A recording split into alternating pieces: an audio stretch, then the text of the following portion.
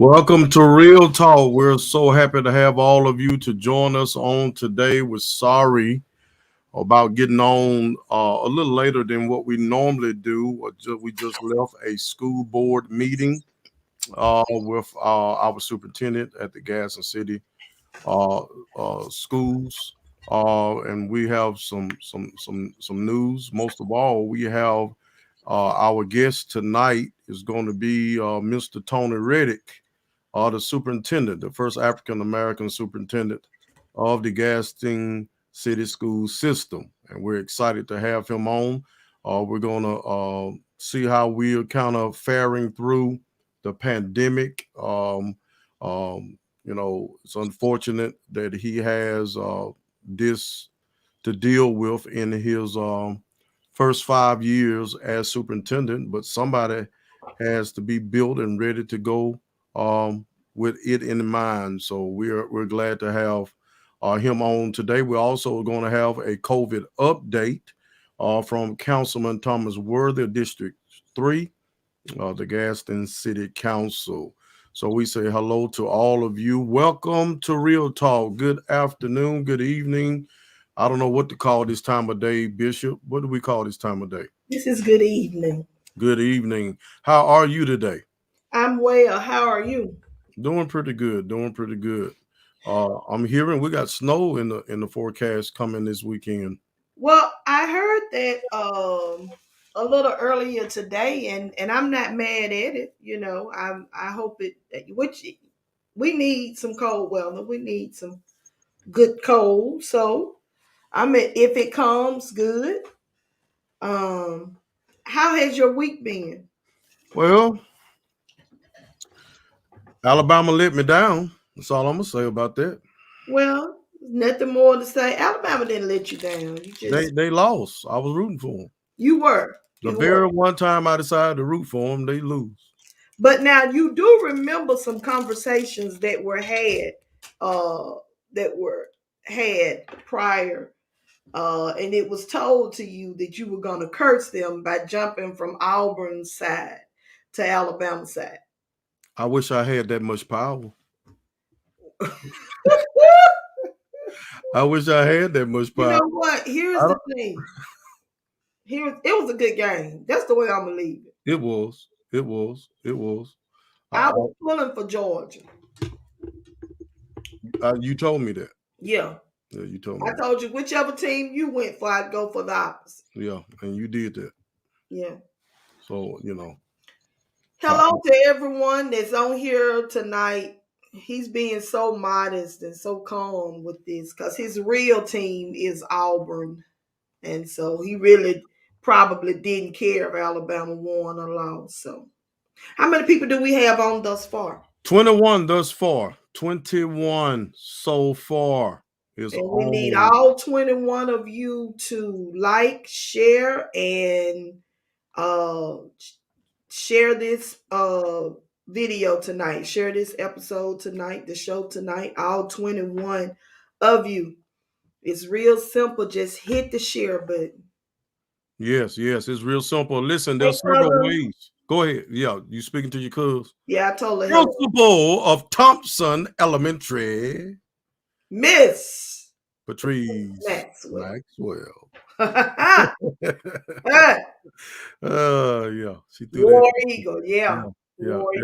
Listen, there's several ways that you can connect with us on tonight. Of course, Facebook Live, YouTube, both Real Talk pages. Of course, you can share it to your page. They can actually enjoy it on your page. And if you are not on social media of any kind, you can dial into the conference call number. That number is 1-646-224-5980.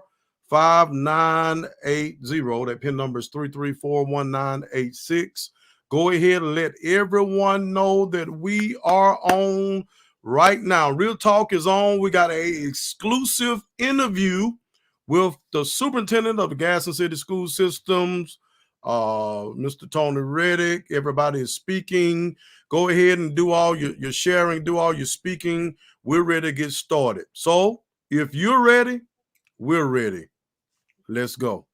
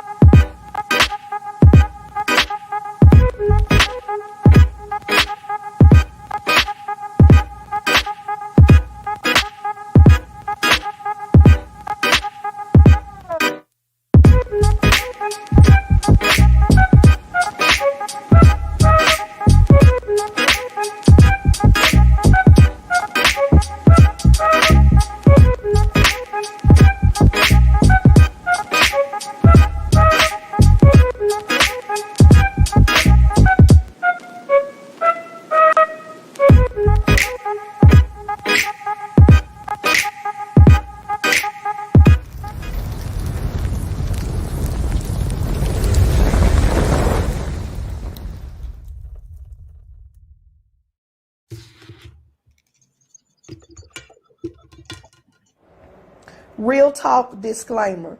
The information provided by the host on this platform is for education and awareness purposes only. All information provided on this platform is provided in good faith.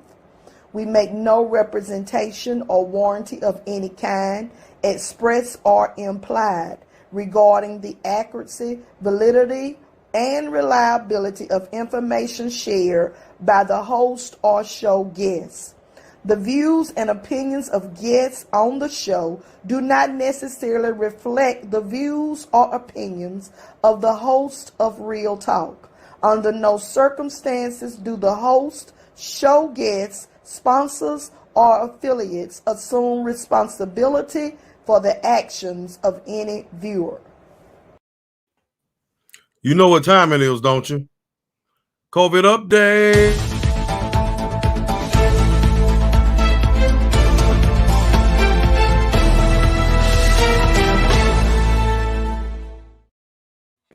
Councilman Thomas Worthy, welcome. There you go. Can you hear us? Oh, God. Did they put some money in the budget for y'all? Some working devices? What happened? What did you do? Oh my goodness! It's every day. What did you do? That is crazy. See if he muted himself. That is so crazy. He's not. Hey, Thomas. Hey, hello. Silent. What was he on the first time?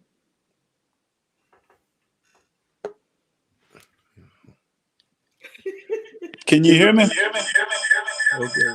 let me kick you from the studio from this one. All right, what about now? Can you hear me now? Oh yeah, we can hear you. Can you hear us? I can barely hear you. Turn your volume up. Okay. All right. Well, let's do it this way. Yeah, let's There's something about after that COVID update intro, I lose volume. I don't know why it does that. It's the bass in it. It's the bass. Really? Okay. Well, listen. Well, good evening. Because I'm telling you. Good evening to everyone. Sorry about that technical difficulty. But anyway, as of December the 28th through January the 10th, we had 1,657 cases here in Etowah County of the coronavirus. We have 530 deaths. What were the dates again? From December the 28th through January the 10th. Okay. We have 530 deaths. We are having 179 cases per day. That's positive cases per day here in Etowah County. We're at a very high rate of transmission. The county, we are at 44.4% positivity rate. So everybody that's taking the test, 44.4% is testing positive. So as of January the 6th, and I'm sure Mr. Reddick can add more to this, we had 57 staff and students at Gadsden City School System, Atala City School System 7, Etowah County School System 53. That's staff and students. Gadsden Fire Department, last week they ran 6 cases. 4 cases was positive and 2 waiting test results. Our fire department, we have 21 firemen off right now with the coronavirus.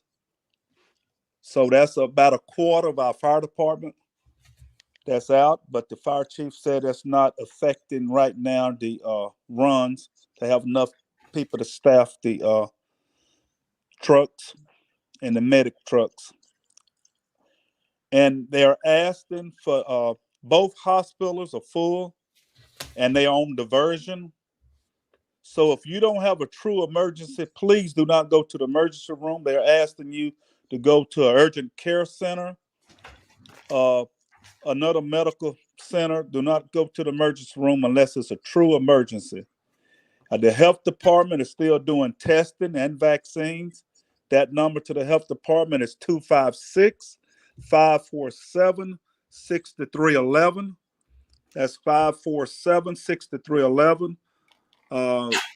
Riverview Hospital, they have 32 patients with the coronavirus. We have 12 employees that's out. Also, I've seen a study where 6% of low-wage earners are going to work with the virus because they don't have sick time or vacation days to use. So people that is low wage, and I'm sure it's other people. It's just not low wage earners that's going because they can't afford to miss a paycheck. Hey, that what you were saying that's going to take place, is it free? Oh, yes. Okay. Yeah. At the health department, it's free. They also going to have on Tuesday, this coming Tuesday, at North Glencoe Baptist Church from 9 a.m. to 3 p.m. They will be giving the test, also vaccines, and it's all free. You don't have to pay anything. So they're still asking you to continue to social distance, wear your mask, get your vaccine. I just don't understand why we don't get our vaccines. There's a lot of people here in Etowah County. The last rate that I had is still at 41% that's fully vaccinated. That's below the national average. So we're still asking people to get the vaccine. And also our kids. You know, we have a lot of kids now nationwide that's in the hospital. And from what I understand, 1 out of 10 ages 5 through 13 has been vaccinated. So the parents need to get the kids vaccinated. That's the only way we're going to stop this, at least bring it under control where we can learn to live with it. Yeah, totally. So do you all, that's my update. Do you have any questions?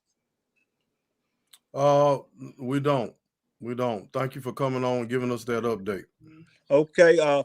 I believe they're going to start back giving us an update once a week now because of the numbers are so high. So next Wednesday, we'll get another update, and I should be able to give an update to you all on Thursday. Okay. Appreciate you. Thanks, man. Uh-huh. Yeah, have a good night. All right, you too. Okay, hold on, Mr. Worthy. You still there? Yes, I'm here. Someone said, what are your thoughts on your fellow council members nominating themselves? Oh, okay, we're gonna have to let them. That's not what we're dealing with. He just on to do a COVID update. When we bring him back on for something else, and then you can ask that question. Okay. All right. Y'all have a good night. Thanks, Mr. Worthy. All right. I'm gonna listen to the superintendent. All right. Thanks. All right. So we heard those numbers. Your thoughts on them? Well, I was thinking today, it's really simple. The solution or that would help with the numbers is to get vaccinated and to wear the mask. And stop putting everything else in it that's in it. I was thinking today, it's like because the government is asking us to wear the mask or they're putting mandates in. Nobody wants a mandate. And I think somebody made mention of this. It's mandatory in the state of Alabama that we have insurance on our cars. That's mandatory. And it protects us if we get hit or if we hit somebody else. If you make it a spiritual thing, then before I leave my house or when I travel or every day, I cover myself in the spirit realm so that I can be safe, as well as I have insurance on my car. We can stop the spread by doing simple things. Wear your mask, get vaccinated, and if you're not going to do either of the two, then distance yourself. distance yourself. And the thing about Omicron, and I probably could pull it up and send it to you so you could put it up. And I think I will try to before we leave. Is that there is asymptomatic people walking around. I think the main solution to it is treat everybody like they got COVID. Don't take anything for granted that you've been vaccinated, you've been boosted, you've been this, you've been that. Everybody just needs to mask up and stay away from each other. Wash your hands. Good. Wash your hands. The thing, we have got, the longer we don't do what we need to do, the longer we're gonna be in this situation. And here is the thing. Now that he said a quarter of the fire department, anything catastrophic happens, or if there's a natural disaster, we're from East Coast to West Coast, hospitals, the medical system is already strained. We're full. So if something happens, you've either got to be flown or driven somewhere else. And then when you get there, they're full. We can take control over this and do what needs to be done. Mask up, wash our hands, keep our distance, and we just won't do it. We have turned it into everything but what it is. It's a pandemic. You can keep making it spiritual, you can keep making it political. We need to just do what we need to do. Mask up, get vaccinated. And if you don't believe in the vaccination, then keep yourself at a distance from people, that if you get sick, you're not spreading it. And look, we got a lot going on because he made mention of the fact that there are people who are not even saying that they're positive, who are just going because they are one. Here again, we look at what's wrong with so many of our systems. One paycheck away from everything going haywire. People can't afford to stay home. Right. Employers are not paying for COVID leave. So, it's and some of it is just like 6 eggs. You know what I'm trying to say. Darn if you do, and darn if you don't. We just, and it's, I don't know. But, we've got to work together. We can work together. Mandated certain major stores, Target, Walmart. You can't enter the store.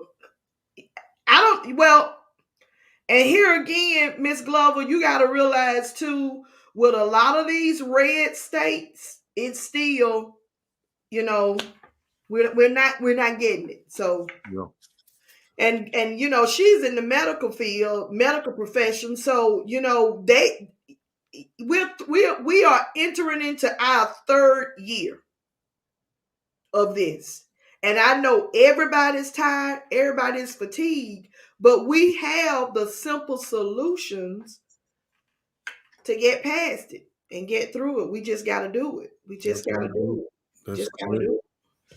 Several ways you can tune in to us on tonight. You can tune in to us through Facebook Live. We're also on YouTube. We have a Twitter account.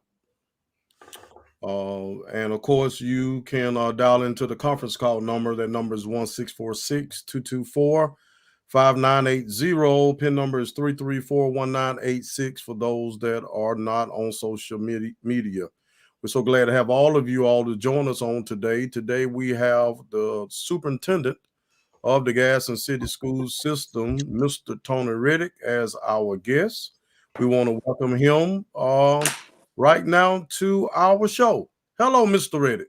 Hello, Pastor Z, Bishop T. How are you? Glad to have you to have me on the show. Thank you so much. It's funny, Pastor Huff. I was talking with my wife just the other day, just before you invited me onto the show. uh, just talking about a way to maybe get out and share with the community what's going on, especially in our school system and school systems around the state regarding COVID. And, God blessed me with you asking me to be on the show. And I can't imagine a better platform to address at least those who are listening and those who are listening who may pass on, information to others. I have made it a habit of waking up each morning and going to what I call the local news that most people call Facebook, and we have different people with opinions about, school openings and closings and all, and masks and not masks and all those kinds of things. And, I've even been accused of having an alternative agenda, but I make it very clear to people that my top agenda is improving teaching and learning, obviously, but this in this day and time, providing for the safety of our children and their respective families. So thank you for inviting me on for this opportunity. What I think what we do is I will obviously respond to your questions and maybe elaborate on some of them, hopefully giving your audience and our community the information they need to hopefully accept how we're dealing with this unfortunate thing that the last occurred 104 years ago. Yeah. Listen, for some reason, we're getting some type of rumbling when you talk. I don't know what it could be. I don't know. Let me clear my throat. It's not your throat. Safe, it's your device, I believe. Did you change devices again? I changed devices from the computer that was, difficult to my iPad. What about now? How does it sound now? Is it still rumbling? Yes. It's just distorted. It's distorted. Turn your volume down. It's distorted. Turn your volume down. Let me turn my volume down. Let's see. What about now? Is it better? It's not. Is it better? It's not. You can't hear that. Let's see. Let me see what's happening here. Let me see. Maybe I can adjust it. Keep talking. I'm just trying to see. There you go. How about now? I got you now. Okay, I had to hit this button called echo cancellation. Right. So, yeah, I don't know. I folks think I know a lot of things, but nobody's accused me of having any kind of tech savvy at all. So, is that better? Okay, you good. Okay. You good. We're ready to go now. Good. Okay. Good. So first of all, let me say, because I don't think we have celebrated you enough, and I know you are a modest and a humble man, but congratulations publicly, where all the people can celebrate you in social media, on being superintendent. Thank you. Not only being superintendent, but you are superintendent of a system that you worked in for over 30 years in some capacity. So first of all, congratulations and making history. And a lot of people shy away from it, but it is what it is. You are the first African-American to become a superintendent in the Gadsden City School Systems. Congratulations to you and your family on a great achievement and accomplishment. So congratulations to you on that. Thank you. Thank you. We definitely want to know, what we want to tell everybody right now, those that are tuning in, go ahead and give your shout outs to Mr. Reddick. Flood the timeline with hearts. Say your congratulations, for those who hadn't had the opportunity to see him face to face, to tell him congratulations. Go ahead and do that now, and we appreciate that.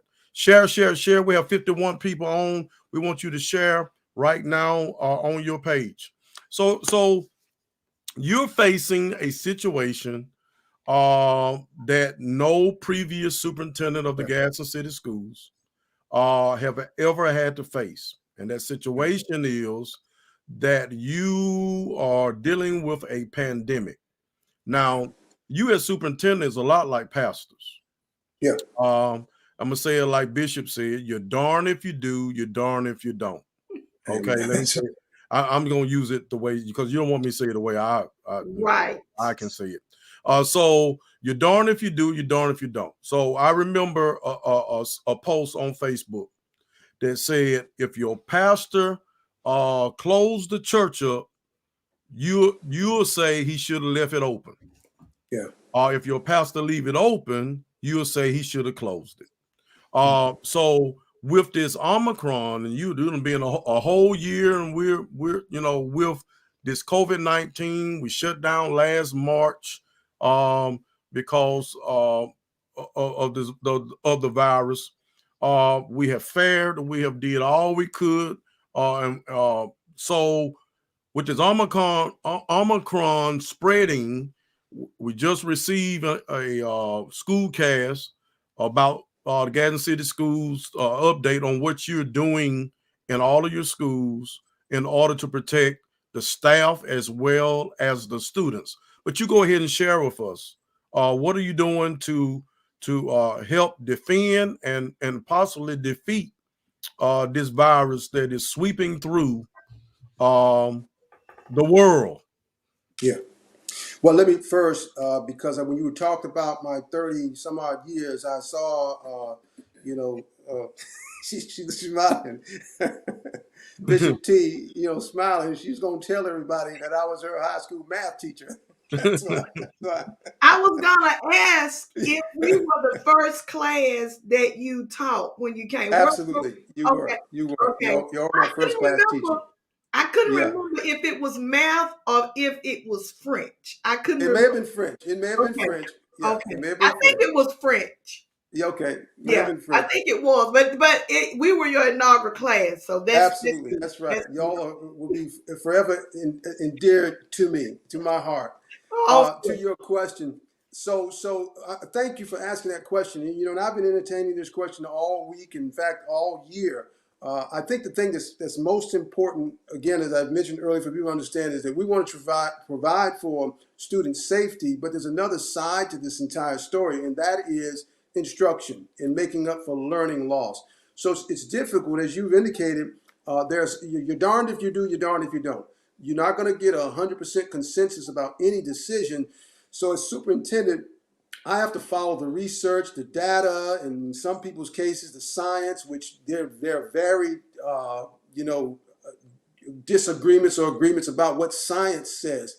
But when you follow the data, you realize that there are a certain number of people who have gotten sick or allegedly gotten sick with COVID.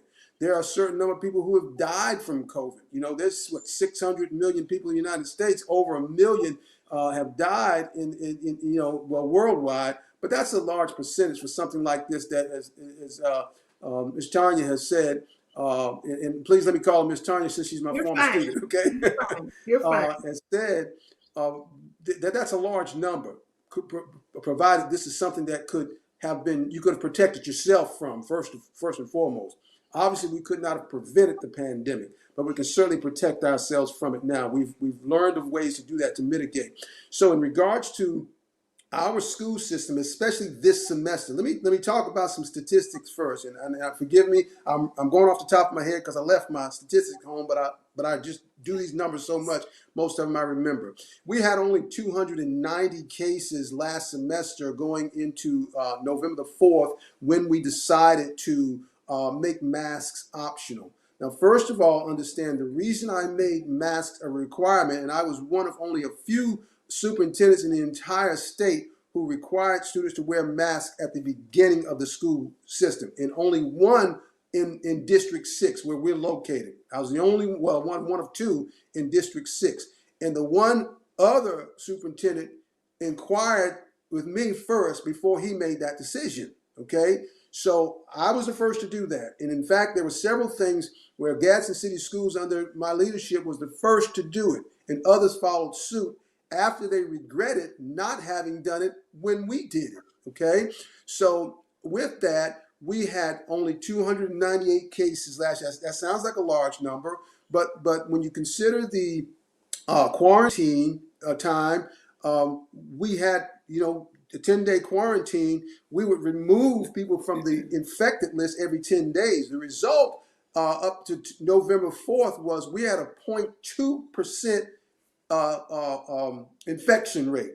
And we said that we would go into remote instruction at 5%. So mind you, we had a 0.2% rate, okay? Just 4 days into this school year, we had 125 cases. Just 8 days into the school year, we had 298 cases. Here's what I want people to understand. Those cases didn't happen at school. They happened away from school. Right. So there's a lot of concern about whether or not our schools are safe. The answer to that is yes, our schools are safe. We've done an amazing job of keeping schools clean and sanitized. And I've been told that disinfecting and sanitizing is really two different things. You know, one's a little bit more, improved than the other. So we realized going into the holiday break that there was probably going to be a spike after the holiday break. Some have questioned, well, why did you make masks optional? Well, it's because we serve a school system with differences of opinion about certain things. Right. And so while I read on Facebook this morning, someone saying, well, he had some people get in his ear. No, that's not the case. It's out of respect for people who have a difference of opinion about it, while at the same time I do respect that. I'm cognizant of the fact that what Ms. Tanya said is true. There are mitigation practices that if we exercise, we're not going to eradicate the entire virus, but fewer people are going to get sick. And so realizing that at 298 after 8 cases, as a matter of fact, on Tuesday of last week, which was the second day of school, we required the masks again. Naturally, I got people sending emails and whatever saying it's child abuse and it's the craziest thing ever and get on board and screw your head on right and all kind of derogatory stuff, And I want to tell your audience this, I'm okay with that. As a pastor, you can't please everybody. You can't make everybody happy. The people I'm most concerned about, obviously, are our children, okay? I'm obviously secondarily concerned about our staff, the ones who have to deliver instruction, deliver meals, deliver cleanliness, and so on. So I'm concerned about everybody. And on top of all of that, listen, I've got to keep myself safe, too, if I want to continue to lead the school system in the direction positive direction that it's going, all right? So we decided on the 4th of January that we would go back to a mask mandatory, and hopefully, if those few cases that we got at the beginning was just no big deal, which all of them are a big deal, we'd return to mask as an option on January 18th, but that's pending an evaluation. And as it looks right now, we're going to stay in our masks. Okay, because right now, 298 cases, we're at about 3.9 infection rate right now because we got 92 people who are still under quarantine. So despite the 298 over the past, 10 days, every 5 days, some roll off. Now, we don't know that to be accurate because we don't know if somebody gets sick again or whether their illness lasts a little bit longer. But the point is that we're doing everything in accordance with CDC guidelines. We're doing everything in accordance with the data that we receive, the hands-on information that we get. And what we need really is more support from our community, our parents in particular. If your child is sick, don't send them to school, And I realize, based on some of the information you just got through talking about, there's some folks that can't afford to stay home from work. And so it's easier to send their kids to school while you go to work. What we like to say about that, if it's appropriate, is at least call and let us know that your child is sick so that we can make arrangements somehow. No one has ever been, well, I shouldn't say no one, but we haven't got 100%, we haven't even got a 75% consensus on anything we've done. And the other 137 superintendents around the state of Alabama are basically saying the same thing. And Pastor, I realize it's because of fear, okay? It's because of fear and anxiety. There's nothing wrong. I forget which president said there's nothing to fear but fear itself. And that's one of those cases where we're fearing fear. while at the same time in your profession as a pastor, for example, we'll say, and I agree, faith over fear. Right. But what we say about faith, faith without works is dead. So you Right. can have all the faith you want, but if you don't put that mask on, you know, if you don't walk away from that crowd, okay, if you don't walk to that vaccination, you know, location, you know, what good is faith? Right. And faith is a powerful thing. Faith Right. is a powerful thing, but you got to do some work, you Right. know. Right. So ask me So questions because I'll ramble. so those are the precautions that you're taking. We have 89 people on right now. Hey, share. Continue to share. We have an exclusive interview with our superintendent of Gadsden City's school system, Mr. Tony Reddick. Bishop T, I see you are ready to. I do. I want to say this. Thank you, Pastor. I do want to say this. I don't think from you could ever be accused or found guilty of not having the children's heart Oh, the children at heart. Let me you've say, known that for years. I was your student, but I also worked for you as well Yeah. at Litchfield, and so I know you can't be accused of that. Here is what I here is and I think that I understand everything that you're saying, but I Mm-hmm. really didn't understand the magnitude of having to make those decisions Yeah. until I started paying attention to some things that are going on in larger cities. Yeah. When Yeah. we talk about closing schools and Yeah. going to remote learning, what Mm-hmm. that does to it's like right now things have a domino effect. Right. And so in order to keep it from having a domino effect, certain decisions are made. My question is, do it is for Gadsden City school system Mm-hmm. making the decision to go remote and or either stay in do in person, do we Yeah. have as many cases like in some of the largest cities where it's safe for children to be in school? Some children, it's best when it comes to nutrition, because I hadn't just paid attention until we went back, school started opening up. There's a concern in some areas where children don't get but that one meal Right. a day. Right. There were situations where they discovered the abuse of children being Mm-hmm. in certain environments Mm-hmm. when they were not in school. Is that something? Is that a major problem? Are those areas a major problem in uh Gadsden City? Yeah. And I guess that's what I'm asking. Is that a major problem? Yeah. And you take in consideration, do you have, I know it's so much now. Mm-hmm. I know Mm-hmm. now it's so much that you Yes. have to take in consideration when you have to make the decision to go Yeah. remote or to do in person.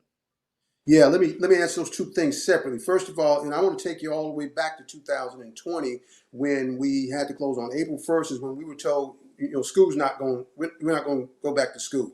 And so one of our primary concerns was while those kids were out of school, you know, especially those that are on the lower end of our socioeconomic plane, we made sure that our kids had food. Okay. Now it wasn't. They weren't all hot meals. You know, few hot meals. Mostly just lunch type meals. Mhm. So, and let me say this: we fed our kids every morning. You know, well, twice a week we come in, but we send food out for a week's worth of food. I was in that cafeteria every morning, loading lunches, packing lunches, delivering lunches. Didn't miss a single day. I don't think another superintendent anywhere probably did it, at least not to that magnitude. So to that question, the reason I'm there is because it's my responsibility to make sure those kids get fed. And any kid I knew about who did not get a meal, I delivered them personally to those students' homes. Okay, so we had the meal part covered. Okay, as far as and I'm just going to refer to it as mental health, we did get expressions of concern about whether or not children were suffering from mental health or any other type of abuse. I would say that when you take a kid and you put them, you send them home, you leave them at home, they are away from their peer groups. Maybe they're in a household where, parents are a little stricter than some are, and they happen to be there all the time. There might be some issues regarding abuse. I actually went to students' homes to make sure they were using their devices, and I encountered some things that were a little bit disturbing, and the best you can do is to call on individuals to help you to address those issues. In one particular case, I pulled a young man out of his home, invited him. I don't mean literally pulled him, but invited him out of his home and sat on his front porch and talked about how we can get you to come back to school so you can finish your senior year. Not only that, when he said, well, I don't have masks, well, I went to my car and got all the masks that I had in my car that were unused, and then I went and bought him some more, okay? I'm talking about surgical masks, masks with designs. One of them was a Boston Bruins mask, one was a Boston Celtics mask, those kinds of things. But what we learned is that kids were just, it's like cabin fever is what I like to call it.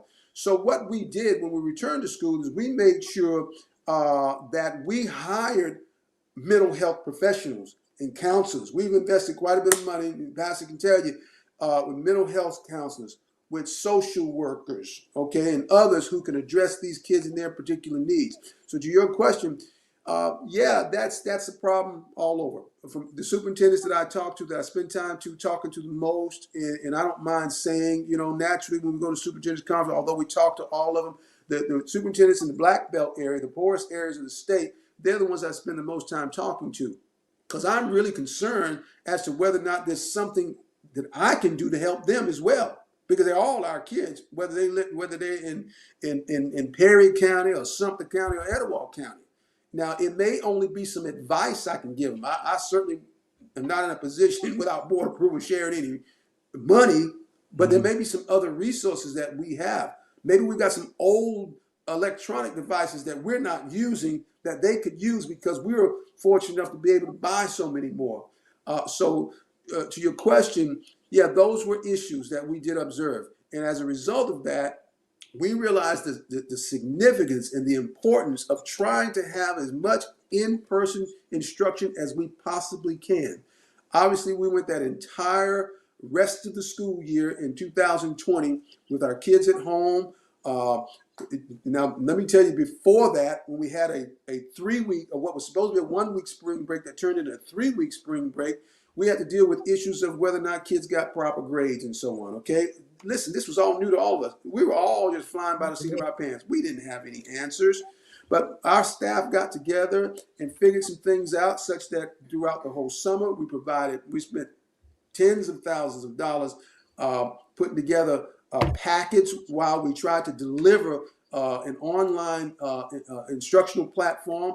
We got all that figured out. We spent a lot of money trying to do that. We made sure we had internet access, including hotspots and even handheld devices. So we went throughout the entire our school geographical population and made sure everybody had internet access. Now, the next question was, well, are you teaching these students and these parents how to use those devices? Well, we couldn't do that as well as we would like to have, but there were many times when parents would come up to the schools and weren't allowed inside the building, okay? And we'd stand outside. Our principals would be outside in the front porch teaching them how to log on to their instruction platform, Google Classroom, for example. We addressed every need that we knew anything about. We know we were limited in terms of us being able to go into a home and addressing, the kid who's staying up all night, on something other than his classwork. We had situations where kids who were more astute at using technology would put their face on the screen, loop it, so it looks like they're on, and they're outside playing basketball. Old little Tommy is certainly enjoying this class. He hasn't moved in 20 minutes. He's been attentive for 20 minutes. No, Tommy just got his face up there. So here's the result of that. When we get back to school, everybody's concerned that our kids don't have the grades that they normally make. Okay, my kid's an honor roll student and he's got C's or D's. Now we don't want any kid to have C's or D's, let alone, certainly not an honor roll student. But the fact of the matter was, well, they just never logged on. They looped, or if they did log on, they had difficulty, and no one really communicated to us in the manner that was necessary. Now, there's going to be someone on this call who says, hey, well, I did, but nobody answered. Maybe that's a possibility, but it requires all of us as partners. When we use the term stakeholders in education, we're talking about parents, we're talking about community, we're talking about our political leaders, we're talking about our safety personnel, we're talking about everybody. Because ultimately, our responsibility is to save our kids and make sure they have not only an opportunity to be safe, but to continue learning. So when we get report back to the State Department, thank goodness they've relaxed some of the requirements in regards to report cards and all those kinds of things. It was told to us that kids, and we already know this, kids learn better in the classroom. So it became my objective to try to make sure I get kids back in the classroom as quickly as I could. And so one way to do that was to say, hey, listen, you're going back in the classroom. And by the way, when our kids were at home, for that first part of the year, that summer, that 2020, everybody was home, and so, we had teachers and others as well who got a chance to stay at home and work, and, nobody missed a single payday. So I think if and you didn't ask this question, but if there's anything that frustrates me as a superintendent is when we do the best that we can, the best that we know how to do, someone's always disappointed because they think somebody else got something that they didn't get, and if that is the case, it's not done intentionally, okay? It may be an oversight. It may be, you just didn't show up. So I hope that kind of addressed your question a little bit. Yeah. Well, let me ask you, Mr. Reddick, since you've been superintendent, other than the pandemic, what are some of the difficult challenges you have faced? I know that we was asked to join a action suit with the vapes, pens, and everything. A lot of things go on. What are you experiencing, or what are you think is the most difficult task? I think at one time you used to do truancy. Had to go knock on doors and get people to get their kids to come to school even prior to the pandemic. So what are the challenges that you are facing as a superintendent? Well, let me say this, and I really do mean this in all modesty. Nothing difficult, okay? Nothing difficult, because you have to be made for this job. Right. You have to be made for this job. You have to have had some experiences. And the thing that I thought that I brought to this job, first of all, was 30 years of experience in this school system, for example. Right. So you know everybody. And at this stage, my former students' children are the students in the school system now. So I have relationships, to where if there is an issue, I should be able to, or they should be able to come to me and say, hey, Mr. Reddick, you remember me? Hey, I've got an issue. And anybody who has done that will tell you that Mr. Reddick responded to them appropriately and hopefully expediently and helped to solve that issue. But to be honest about that answer, more honest about that answer, you stated it, just attendance, okay? Getting kids to come to school every day. And Bishop T knows this from having been in the classroom. Man, it's a challenge every day, and much more so than it was 20 years ago. But it's a challenge every day because we have to deal with kids who may not be at the same academic level as some other kid in his or her classroom. Here's a good example of what I'm talking about. As y'all well know, I tutor ACT. I do ACT prep. I don't. It doesn't cost anybody anything. I know we get some phone calls after this. Say, hey, tutor my kid. I don't charge anybody anything for that. I just bless people with what God blessed me with, and I happen to know a little bit about a few things. Okay, so if I know a little bit about a few things, and somebody needs to know those things, I give it freely. And so I tell kids all the time, you can't be concerned about what someone else's ACT score is. You need to be working on what your ACT score could be. So when kids get discouraged, and I've talked with teachers about this as well, you well know I'm rewriting now a book called A String of Pearls. A string of pearls. Pearl is an acronym, personal educational attributes required for leading and learning. And what I'm saying to teachers and administrators and school professionals is or a question I'm asking is, what if it were your child? In other words, when a child arrives at school, you should expect to treat that child the same as you want your own child to be treated. And if we can get staff, administrators, superintendents, teachers, custodians, lunchroom workers to do that on a daily basis, more kids will want to come to school. Y'all know that. More kids want to do. Now, that doesn't take away from the fact that as teachers, we have to actually exercise some discipline. Well, we have to exact some discipline. Yeah, we want order in the classroom, and our good teachers don't have problems with that. At the same time, there are a lot of teachers who said, "Hey, can't take this anymore. I'm going to do something else." Guess what? They're starting to say that now, as is a lot of superintendents, but mainly because of what we're going on with COVID and still having to meet all these various regulations and standards and requirements for accountability and what have you. And people are saying, I've got my years in, I'm just going to go do something else.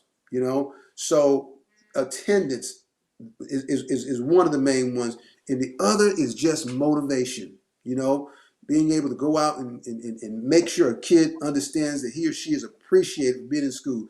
That's why several years ago I wrote a program called STAMP, STAMP, Student Teacher Advisor and Mentoring Program. When I rolled it out, not very many principals were interested in it. But when we were up for accreditation, the folks from the accreditation department learned of that program at Floyd Elementary School, where Nicole Chester was actually using it. Part of our requirement for accreditation was it had to be present in every school and it had to be utilized. And again, STEP is Students Teacher Advisement and Mentoring Program. What it would revolve around is every child in that school has to have an advocate. Okay? So if you had 200 kids in a school and 20 teachers, all 20 of those teachers were assigned to 10 kids. All they had to do was say, "Good morning, happy birthday, I like your shoes, have you eaten lunch," or whatever. Because there's kids walking around that nobody talks to. Okay? Nobody talks to them.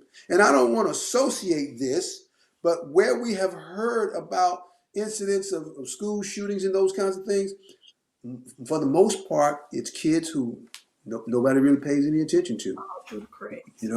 Nobody pays any attention to them. Nobody gives them a care, and they get fed up. So in this situation we're dealing with now, we have to be very cognizant of that as educators, as parents, as leaders, and stop, degrading one another and fussing and fighting. And, I'm good at painting in green, and so I get criticized because somebody else is good at painting in blue and think therefore I should be able to paint in blue, and that's one of the biggest difficulties. And the fact that you all said earlier, you can't please everybody.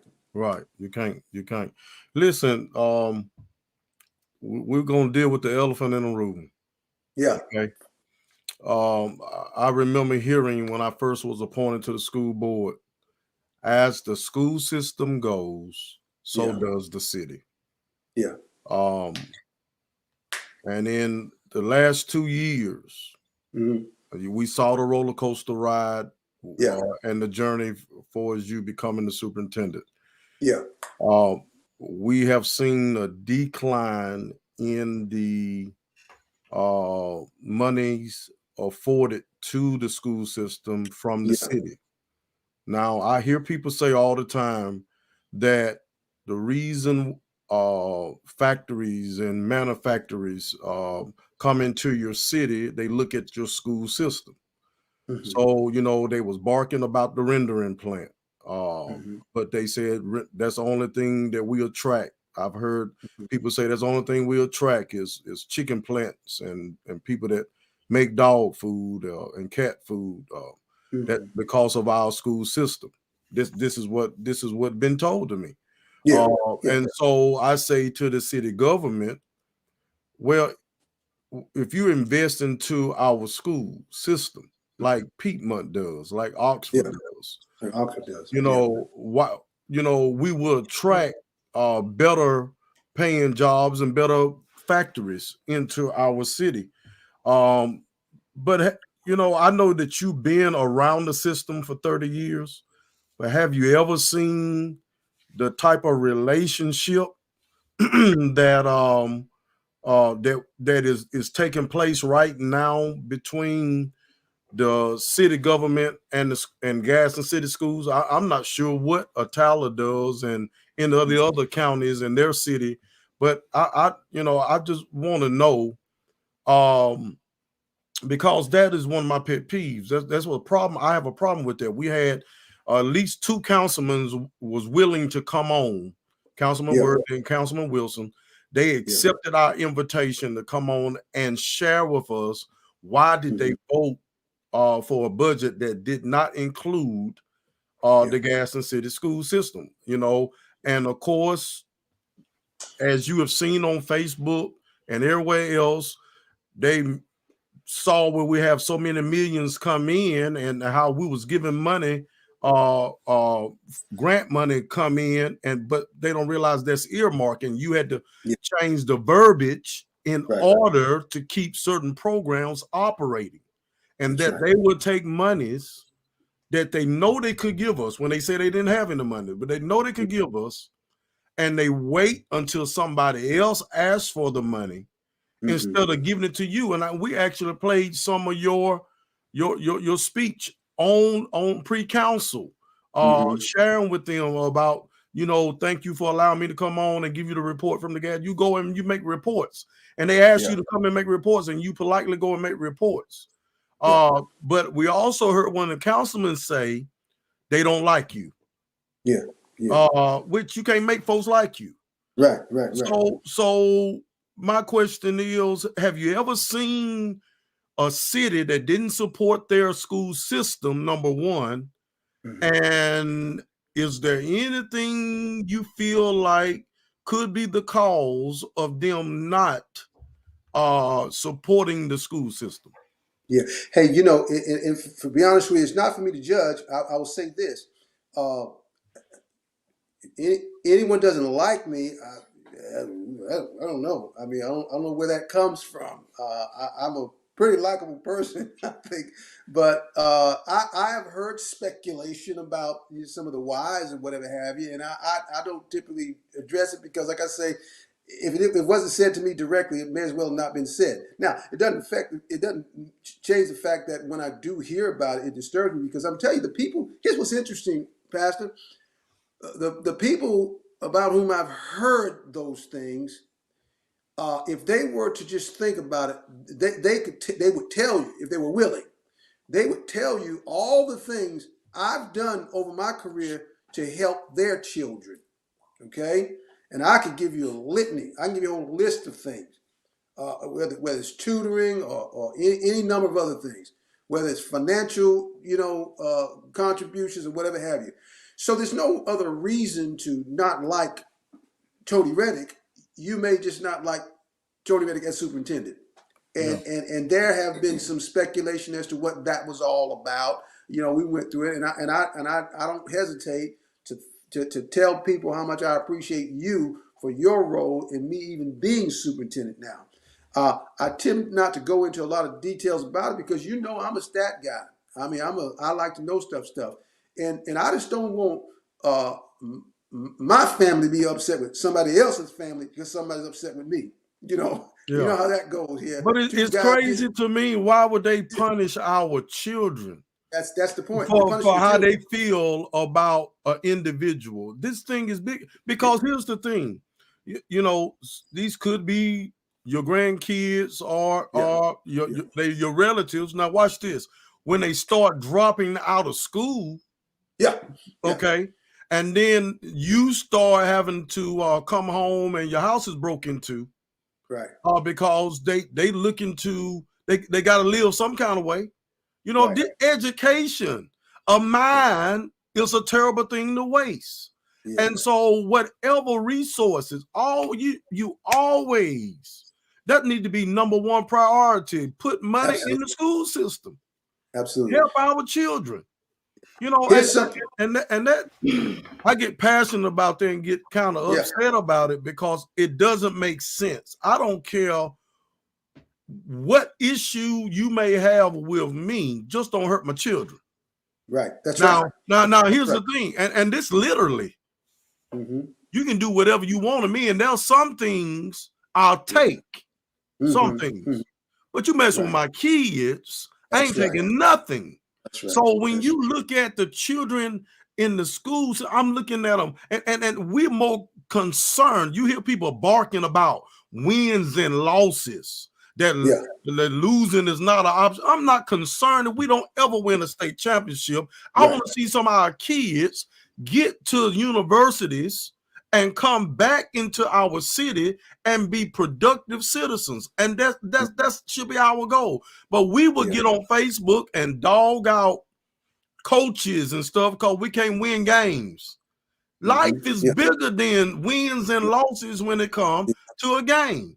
You have very few people that make it to the professional level, but yet and still, if they make it there, it only is going to be short-lived because what you got to fall back on when that is over with. Right. And if you poorly invest that little money you do make, you're in equally bad shape as you was before you got there. Yeah. Pastor, that's profound. What you're saying, and I like I said to someone earlier, I wish I had the answer to that. I'd just go around the country and preach it and speak it and get a fee for it, and bring it back to my community and distribute it. That's one thing I thought of this morning. And not many people know this. I don't tell it just for accolades or for pats on the back or anything like that. But man, my wife and I give away so much money, it's ridiculous. If I consider my impoverished upbringing, if my mother knew that we gave away as much money as we do, she'd fuss at me because she needs it more than anybody else. And while I make sure that I take care of her, she's 88 years old in Columbus, Georgia, and we pay her bills and what have you, and give her anything she wants. I sometimes cringe when I realize some of the other money we give away. And I think to myself, I said to myself one time, I get so tired of some of this stuff. Every time somebody asks me for something, or whether I realize somebody else needs it, I think I'll just send it to my mom instead.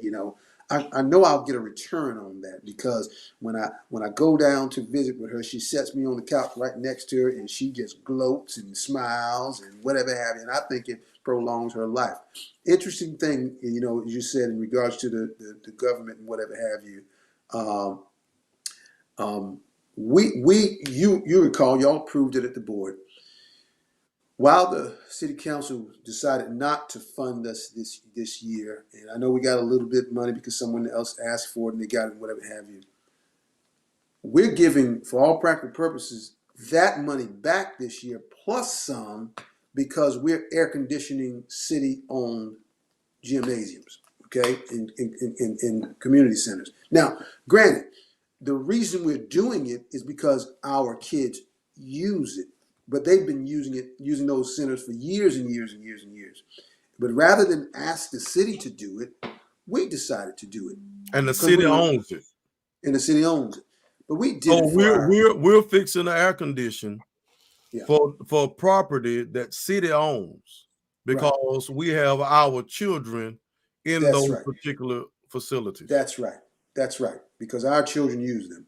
And I don't want a single one of our children. If some of our children are comfortable in air conditioned or heated gyms, I want all of our children comfortable in heated or air conditioned gym.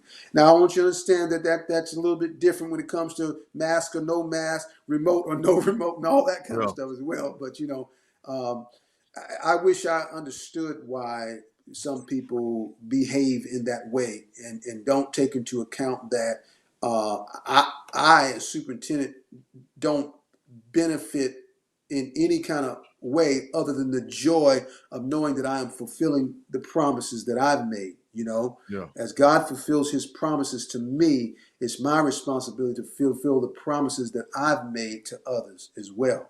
Question. Right. Mhm. Question. So do you feel like you've done everything um in that you can to try to repair the relationship with the current administration at the city? I can't say that I've done everything that I can, because some of what I can do is to kowtow to those individuals, Okay. and I'm not saying I'm beyond that, but I don't know what the benefit is. Yeah. You know, The kids suffer uh, if you do. Focus. yeah, and I'm saying there's always a time.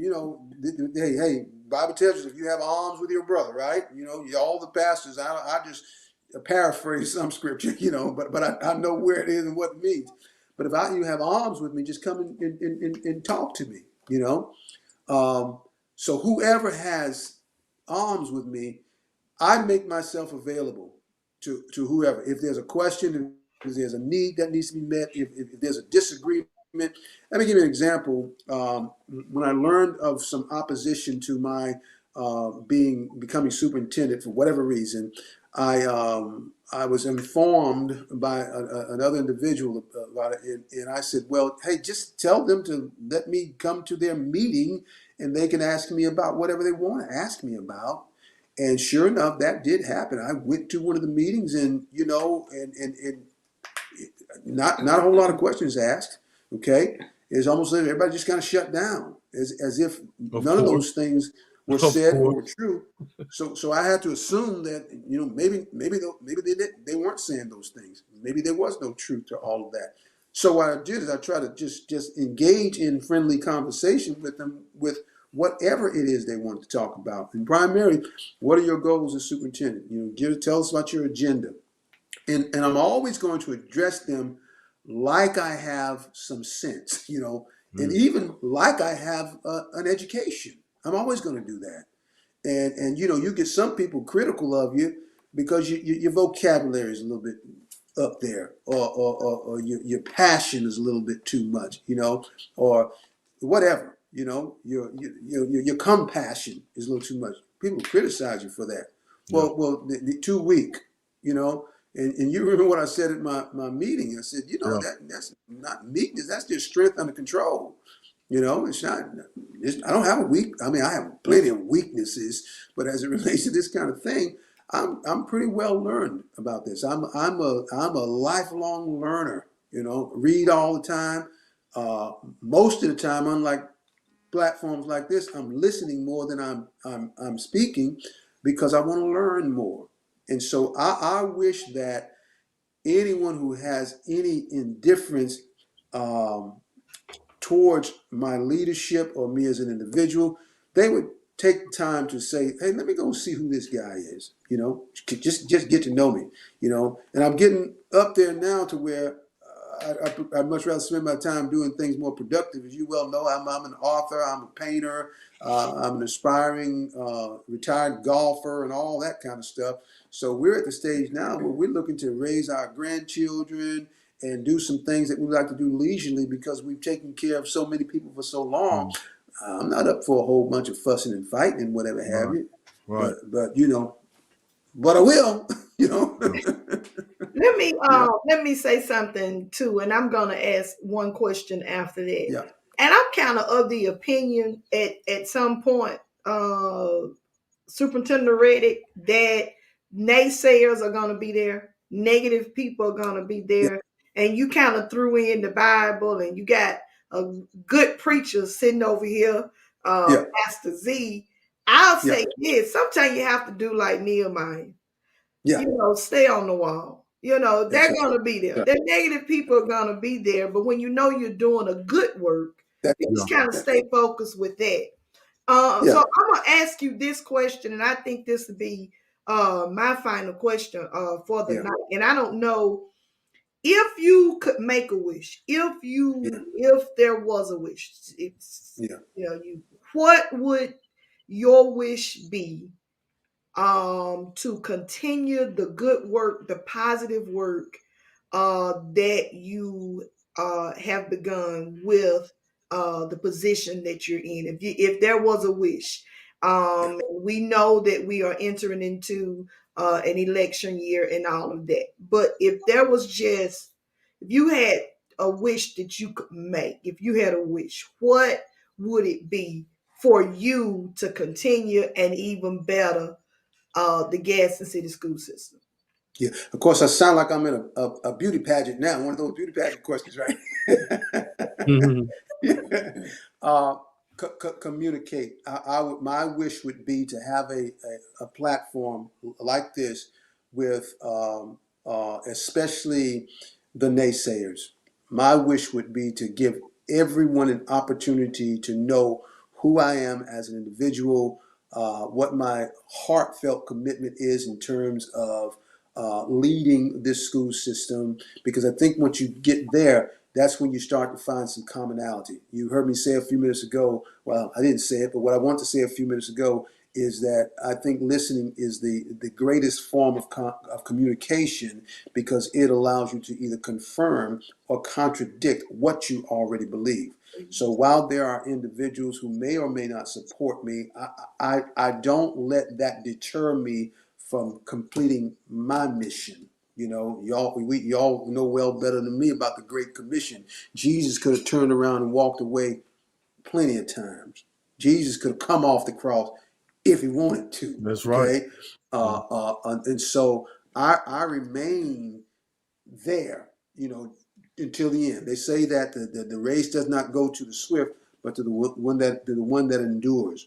And so I would think that if I could have that conversation with those people who don't understand my mission, Ambassador, we went through this when we had discussion at the board meeting about vision. Um, that would be my wish. That people will be open to at least hearing the vision, write the vision, make it plain, That's right. hearing the vision.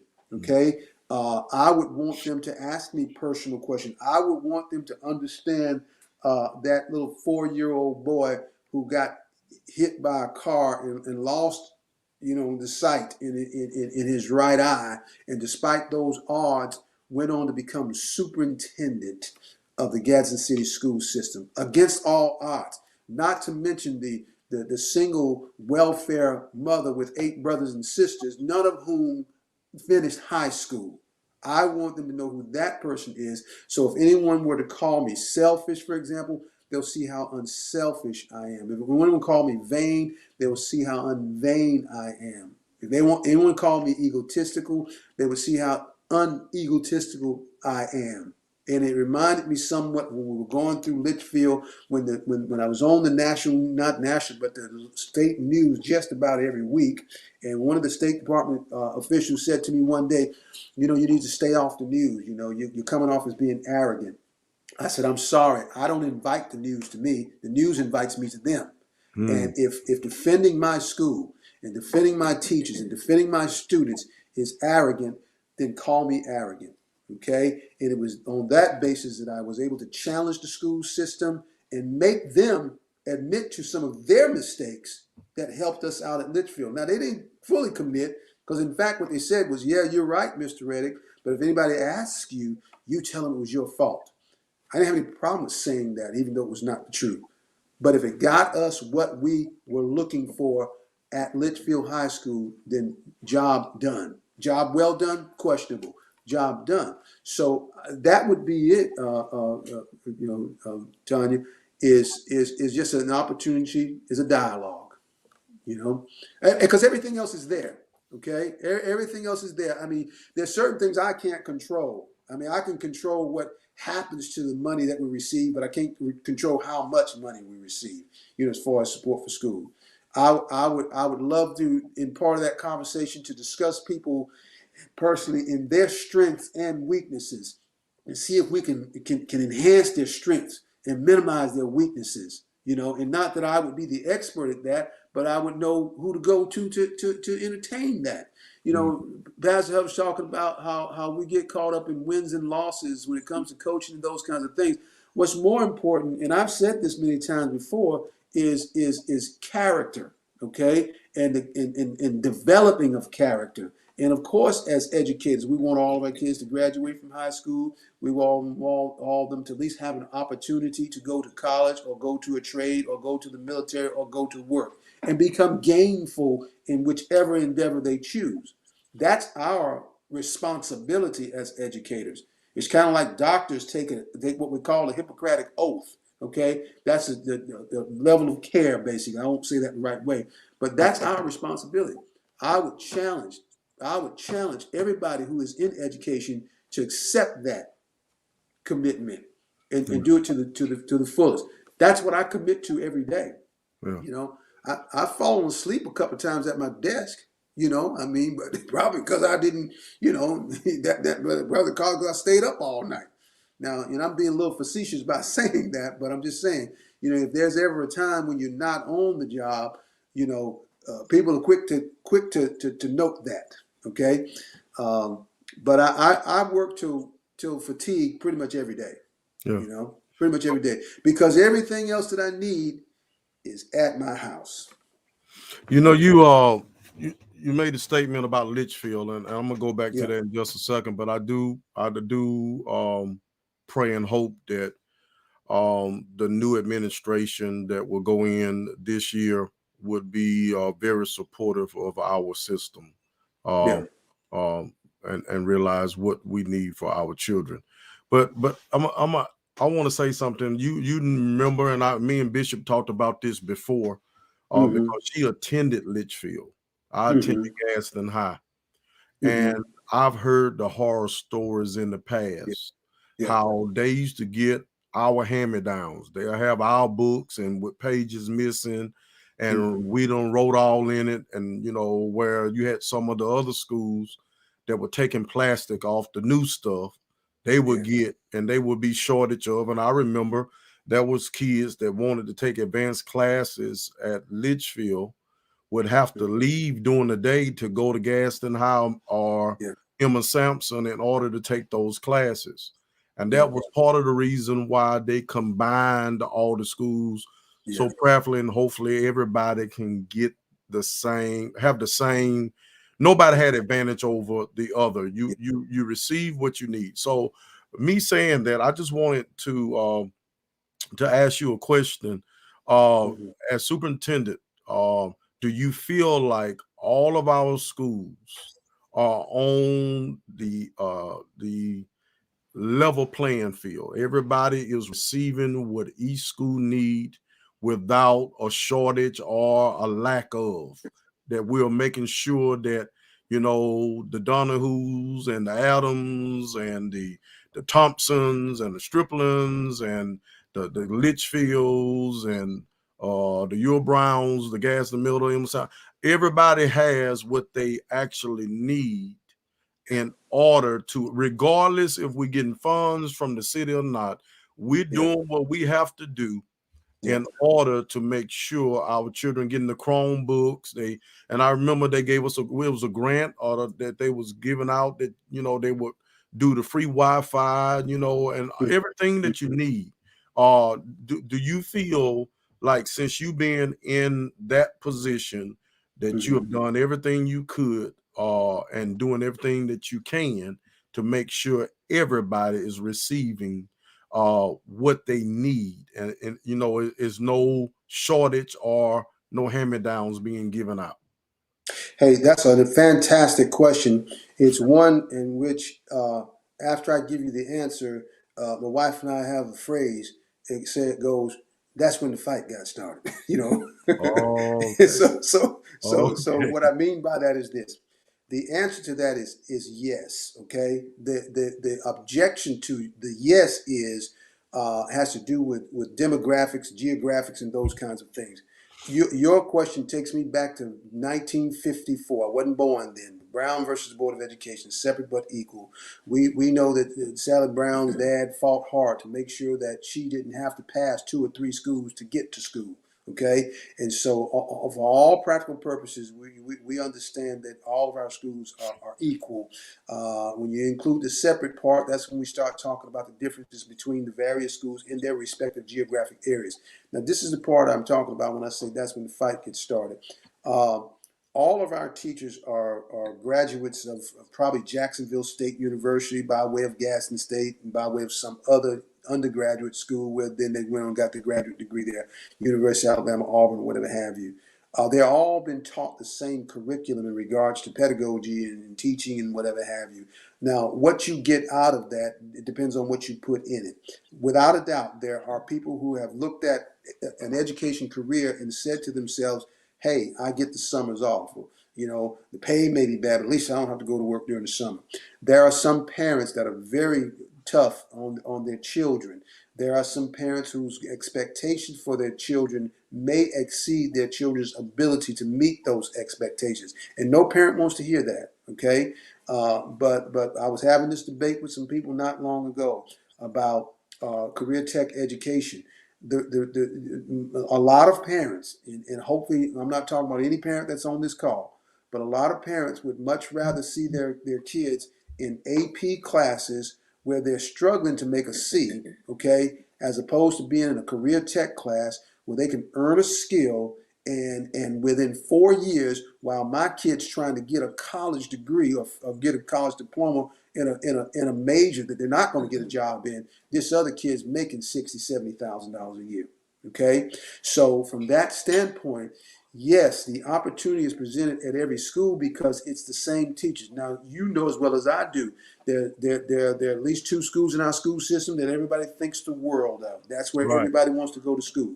But the reason those schools are that way is because of the demographics. Okay, I'm not going to call the schools names. You all know what they are. Okay, but those parents, you probably got a professional dad, doctor, lawyer, Indian chief, or whatever have you, and a stay-at-home mom.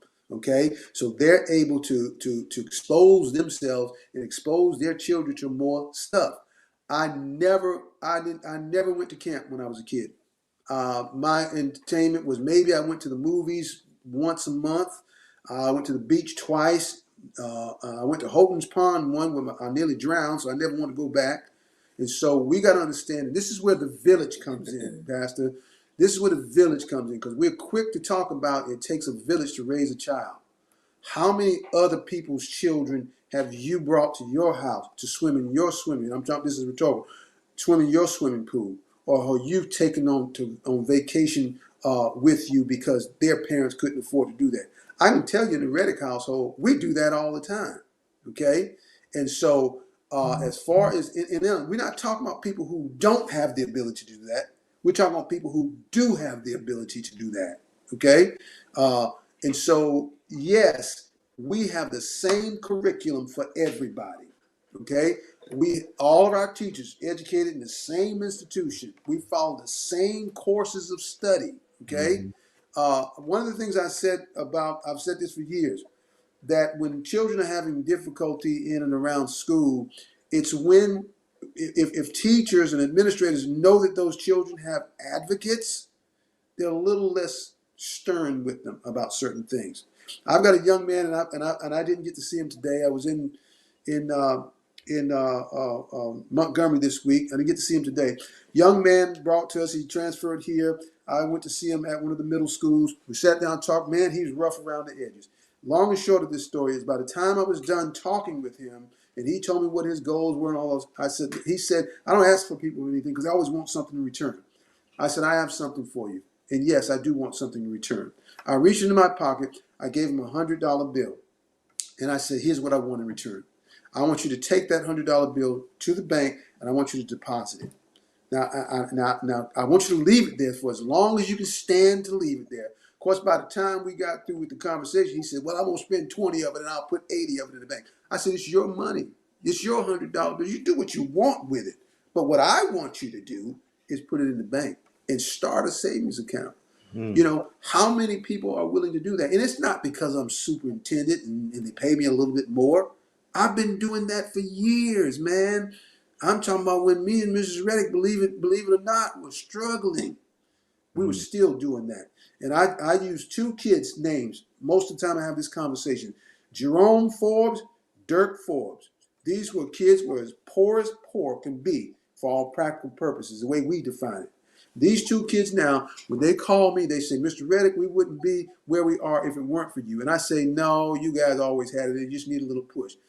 Jerome is a senior electrical engineer from Raytheon Corporation with 4 degrees, including working on his doctorate at SMU right now, and a 2-time Black Engineer of the Year. Dirk is an actor. You'll see him on several television shows, including the movie Coming to America 2. He was in that movie. But not only that, he's the owner and CEO of Innovative Home Builders, the company that rebuilt Pratt City after the 2011 hurricane. Okay? And these kids call me every time they get ready to do something big. Mr. Reddick, I want to invite you to come. I didn't go to Paris for Jerome's proposal to his then girlfriend. I didn't go to Texas for his wedding because, you know, I did my part in trying to encourage those kids and let them live a better life. They spent plenty of nights on our floor in our home. We fed them plenty of pizza and hot dogs because that's what kids like to eat during those times. If we would contribute, if we would do the same thing for our kids and other folks' kids as well, we'll see a difference. So to the question about education, it's there. Y'all listen, I told you already, I'm from a single welfare mother, 8 brothers and sisters, raised in the projects, Academy Homes Projects, Roxbury, Massachusetts. You know, there were tougher projects around us, but that's where I'm from. I'm not supposed to be here, but God, right? First and foremost, okay? But I had a thirst for education because I learned that my brothers and sisters who were older than me were in the situation they were in because they didn't finish high school. They had children early, and to each his own. But I learned that that just what y'all are doing doesn't work. And it's to the point that I got by 7th grade, I earned a scholarship to attend a very prestigious all-white private school that took me 2 hours to get to school and 2 hours to get home. I excelled in athletics, but guess what? When I failed Latin and history one year, I didn't get to play sports anymore until I improved those grades. That was a lesson learned. I went on to go to Boston University to play football out of high school because of that blindness I told you about. I'm blind in my right eye. Got red shirt. Didn't know what that meant. Left Boston University, came to Talladega College. Walked on the basketball team, majored in mathematics and minored in foreign language. Met a wonderful old lady who I've been married to for 38 years now. Those are the kinds of stories that we have to take time to tell and to talk to our children about and tie it to education. Because if I'm in a classroom and I've got my mouth shut and my ears open, I'm going to learn the same thing as the other people in the classroom, regardless of what their socioeconomic status is. And we have some kids from this community who've gone on to do some great things academically. We've got some doctors, you know. I'm not going to start calling all their names N. Jones and James and various others of them. And they had a tough time. They're trying to come back now to Gadsden and start an alumni association. And as much as I've been able to, I've been, talking with them about that. They're thirsting to improve their community and what their community has to offer. But what it all amounts to, it boils down to, they got the same education as the other folks. They just took more advantage of it. That's great. Yeah. And that's what we want. We want all schools to be on the same level field. Yeah. That way we'll cut down what people they want to send their children to certain schools because all schools are giving out the same instructions. Yeah. One question real quick. We're cutting it real close to my prayer line, which I have at 9 o'clock, and we're going to have to get off here. But your short answer to this particular question: what is the accountability in place for all educators and parent relationships in Gadsden City School System to ensure your agenda is going as planned? First of all, let me answer using that word plan. Plan, P-L-A-N, purposeful, led, achievable, network. I introduced that to my staff when I became superintendent. We have to have a purpose for it. Somebody's got to take charge. We got to make sure it's something we can achieve, and you got to communicate it to everybody. So in regards to that question, first of all, again, you got to communicate it to, and make sure you carefully communicate it to all our stakeholders. And you have to listen. Don't expect what you don't inspect. That's not an original. Got that from somebody else. Okay. Don't expect what you don't inspect. And so we inspect on a regular basis. Okay.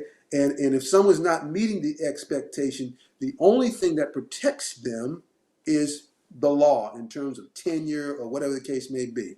I won't say what I was going to say about that because that's not appropriate to say that. But I would say to you, we expect our teachers to meet those standards. And I've had some situations where I've had to talk to individuals who maybe didn't agree with me about something. We don't fuss about it.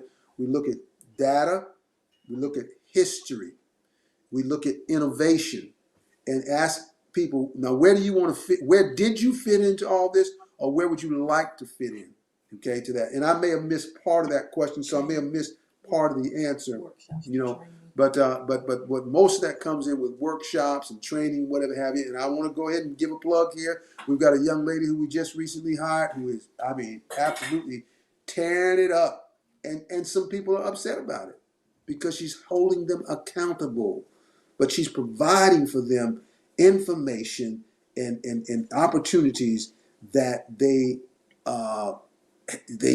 should take advantage of, you know. And again, it's not enough to just go into the library and pick up a book. You got to read it too. There are a whole lot of folks with a big old book sack, 12 books in it, hadn't turned a single page because it looks good to have a backpack on you. You know, and you can apply that analogy to a whole lot of things in life. Well, Mr. Reddick, we certainly appreciate you giving us an hour and a half of your time to be with us, to share with the public some information, very valuable information concerning the Gadsden City school system. As you being at the helm, you being the captain of that ship.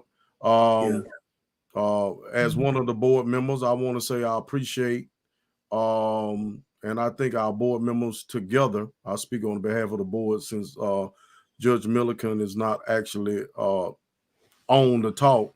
He is the chairperson right now, but I think we have a good board. We're built different. We all have our professional areas where we come from. Our children we have at heart when we make these particular decisions. So we thank you for coming on. Thank you for sharing with the people a little bit about yourself. Something you want to say, Bishop? Yeah, I just before we go, let me say, because you did say having the opportunity, and I think Pastor Huff will echo this as well. You are welcome. You have a standing invitation on this platform when there is information that you just feel led to let people know and to express your vision or whatever. You are always welcome. It's been an honor to have you on tonight. I count it a privilege. And I think our platform would be the first for this. So anytime, this platform, you have a standing invitation to come. I appreciate that. Thank y'all so much. I appreciate that. All right. We'll see you later. Too long with it. You did great. Thank you. All right. All right. We thank Mr. Reddick for coming on tonight. We do want to give an announcement. This announcement, let me read it. Get it right here and read it.